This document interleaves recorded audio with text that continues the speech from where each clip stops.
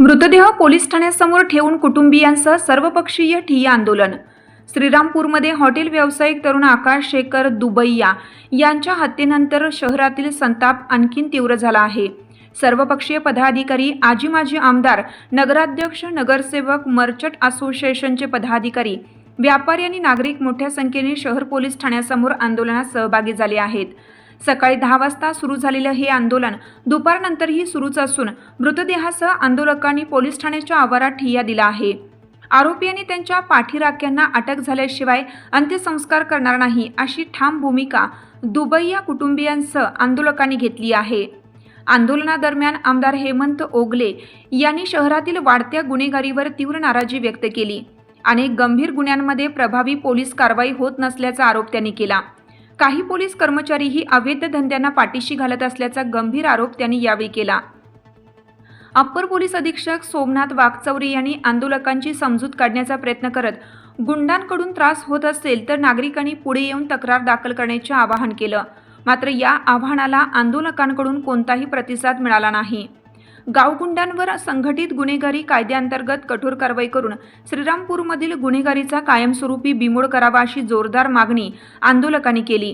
तसेच जिल्हा पोलीस अधीक्षक सुदर्शन मुमक्का यांनी स्वतः आंदोलनस्थळी येऊन भूमिका स्पष्ट करावी अशी मागणीही आंदोलकांच्या वतीनं करण्यात आली। दरम्यान श्रीरामपूर वकील संघातर्फे उद्या सोमवारी दुपारी 2 वाजता जाहीर निषेध सभेचं आयोजन करण्यात आलं असून या प्रकरणावरील जनआक्रोश अधिक तीव्र होण्याची चिन्हे आहेत। काल जी घटना घडली त्यात एका वकिलाला सामोरं जावं लागलं, कारण गुंडगिरी वाढली आहे, कायदा सुव्यवस्था। आजची घटना तर अतिशय निंदनीय आहे आणि मानवतेला काळीमा फासणारी घटना आहे। निरपराध मुलाची हत्या होते आणि नशाखोर आहेत किंवा अवैध व्यावसायिक धंदे करणारे लोक आहेत, त्यांच्याकडून अशा प्रकारची दहशत निर्माण करून आज गुन्हेगारीला त्यामुळे पाठबळ मिळते।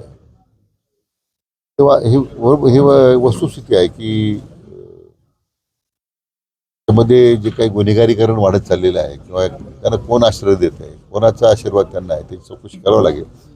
परंतु मी स्वतः माननीय पोलीस महासंचालकांशी मी बोललेलो आहे, याचे पाळंमुळं उखडून काढली पाहिजे। राज्याचे माननीय मुख्यमंत्र्यांशी माझी याच्या संदर्भात एक चर्चा झालेली आहे। परंतु हा जो प्रकार घडलेला आहे श्रीरामपूरचा, तो तर मी म्हटलं की अतिशय म्हटल्याप्रमाणे निंदनीय आहेच आहे। परंतु आज प्रत्येक नागरिकाच्या मनामध्ये एक मोठं भीतीचं वातावरण आहे। हे गुन्हे घडल्यानंतर आरोपी परत दवाखान्यात त्या साखर कामगार हॉस्पिटल जमा होत आहे गुन्हेगाराला संरक्षण देण्यासाठी। मारहाण झाल्यानंतर आणखीन काही गुन्हेगार जमा होतात त्या मारहाणीला संरक्षण द्या, त्या मारेकऱ्यांना संरक्षण देण्यासाठी। हे तर मी कधी अनुभवलंच नाही असं इतक्या वर्षामध्ये माझ्या सार्वजनिक जीवनामध्ये। आणि श्रीरामपूर आता हे मोठ्या प्रमाणामध्ये एक क्राईम कॅपिटल म्हणतो आपण त्याला, अशा प्रकारचं आता शहराचं नावलौकिक होतोय। त्याच्यात दुर्दैव काय असलं पाहिजे। त्या पद्धतीने पाहिलं तर पोलीस कारवाई करतात, गुन्हेगारांना अटकही करतात, मात्र त्यांना कायद्याचा धाक नाही येते। काही दिवसात जामीन होऊन बाहेर येतात तर पुन्हा अशा प्रकारचे, त्यामुळे कुठेतरी कायद्यात आता बदल करणं गरजेचं आहे। अशा जे नवीन कायदे आले त्यामुळे पोलिसांनाही अनेकदा काही बंधनं येतात कारवाई करताना। कायदे तर पुष्कळ कडक केलेले आहे। त्या माननीय मुख्यमंत्र्यांनी या संबंधामध्ये जी अंमली पदार्थ विरोधी मोहीम आहे सरकारची, त्यामध्ये आता विशेष लक्ष त्यांनी दिलेलं आहे आणि आवश्यक त्या जे काही नियमात बदल असतील, कायद्यात बदल असतील, ते सुद्धा आपण केलेले आहेत। सरकारचं प्रायोरिटीज आहे या गुन्हेगारीचं उच्चाटन करणं, अंमली पदार्थाच्या तस्करीचं उच्चाटन करणं, याच्यामध्ये तर सरकारनं सगळ्यात जास्त प्राधान्य दिलेलं आहे। आता ही जी ह्या घटनेच्या अनुसरून ज्या गोष्टी घडत आहेत, मला वाटतं याच्यामध्ये आपल्याला पोलिसांना सूचना दिल्यात, तात्काळ या संपूर्ण शहराची साफसफाई करा। जेवढे कटके शेवटी गुन्हेगाराला काय जात धर्म नसतो, तो गुन्हेगार आहे, त्यामुळे त्याच्यावर कडक कारवाई झाली पाहिजे। सगळे कट्टे, त्याचे साथीदार कोण त्याच्यामध्ये आहेत किंवा कधी कधी लहान मुलांचा वापर होतोय, ज्युनियल त्याच्यावर कारवाईच्या मर्यादा येतात, त्याचा काही गैरफायदा या निमित्ताने घेतला जातो, अशाही तक्रारी आहेत। परंतु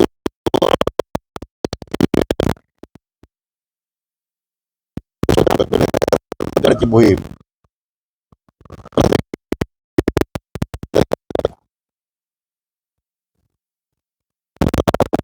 सामान्य नागरिकाला दिलासा मिळणार.